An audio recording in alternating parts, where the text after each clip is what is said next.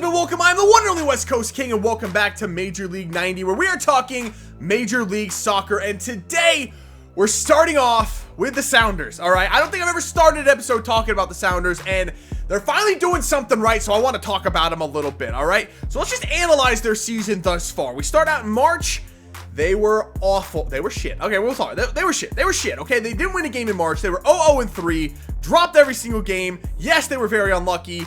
No, even though they were unlucky, they didn't look good either. They looked bad. They got unlucky, which made things worse. It was a disaster to start the season in March. April comes around. 5 games in April. They went 3-1-1. They won all 3 of their home games. Only time they dropped points was on the road, which was a draw and a loss. So really, it wasn't even that bad on the road. They wish they could at least win one of those, but you know what? It's okay. At least they got something on the road, which they hadn't done yet this season. So, I mean, yes, okay, they're starting to turn the season around. Even more importantly, and this is the main thing I wanted to talk about, is that since they put Jordan Morris up top and played him at striker, something I wanted them to do since mid-March, once they've done that, Morris has scored 3 goals in 3 games, and they look like a different team. Suddenly, they look threatening on the attack. There is options going forward. There's someone to stretch the field in front of the midfield, and finally, there's options going forward. They just look like a different team, and I still don't think it's all there yet. I'm not even saying they're going to make the playoffs this season, because I started out picking them third to finish third in the Western Conference. I don't even know if they're a playoff team right now, but they are continuing to get better. If they continue that trend, I do think that they will be at least around when the playoffs come around. They'll at least have a shot at a playoff spot. And in the MLS, that's all you need. You just need a shot. You need to get hot, and that can carry you to an MLS Cup. And that's all you need. So I think there are signs of life in Seattle finally. Everything points to them starting to finally turn things around. And I'm so happy right now. I was at the Columbus game this last weekend, and it was a very boring first half. I mean, it was a snooze fest in the first half.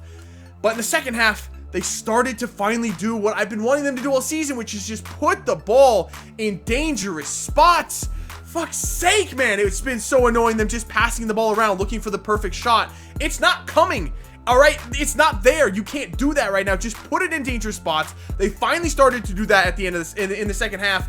And one of those opportunities, just putting the ball in low across the 6-yard box, led to the goal that won the game. And of course, it was Jordan Morris who got the goal. So, I mean, as long as they continue to do that, keep their head above water for now, keep improving, I think that they might have a shot at the playoffs this year.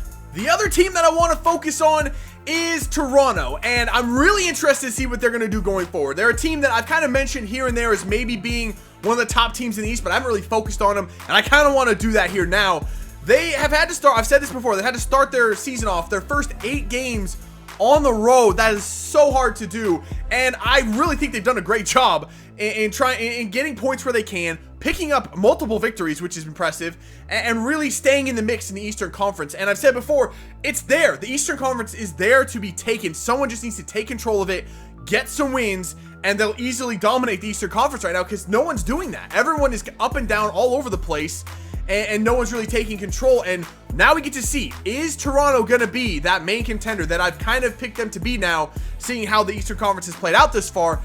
Once they go home, if they can be a solid team at home, I think that they will win the Eastern Conference. I think they'll take first place because just no one's stepping up. I mean, they're coming off of a heartbreaking 2-1 loss in Portland.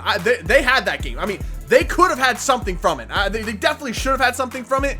They had multiple open headers in the box. One of them went off the crossbar. The other one was a great save from Gleason. And just their whole day was ruined by Gleason. I gotta say, you know, I have to give credit where credit is due. The Portland goalkeeper, Gleason, what a freaking performance from him. He was a maniac in that game. I would say, single-handedly earned Portland 3 points in that one. What a performance he had. He had so many incredible, like, full stretch saves diving across the face of goal. It was incredible. I would have been so frustrated as a Toronto player in that one. And then to cap it off, the Valeri free kick was world class. It just was nothing you can do about that, and it gave them the win. It's just tough luck for Toronto in that one, you gotta say. And they definitely, I thought they deserved something from it, but Portland went and took it, and nothing you could do about that. So with Toronto going home, I'm really interested to see what they've got. I really would put my money on them to take first place in the Eastern Conference and take it over. Again, I got to see what they bring at home, though. I just need to see that from them first.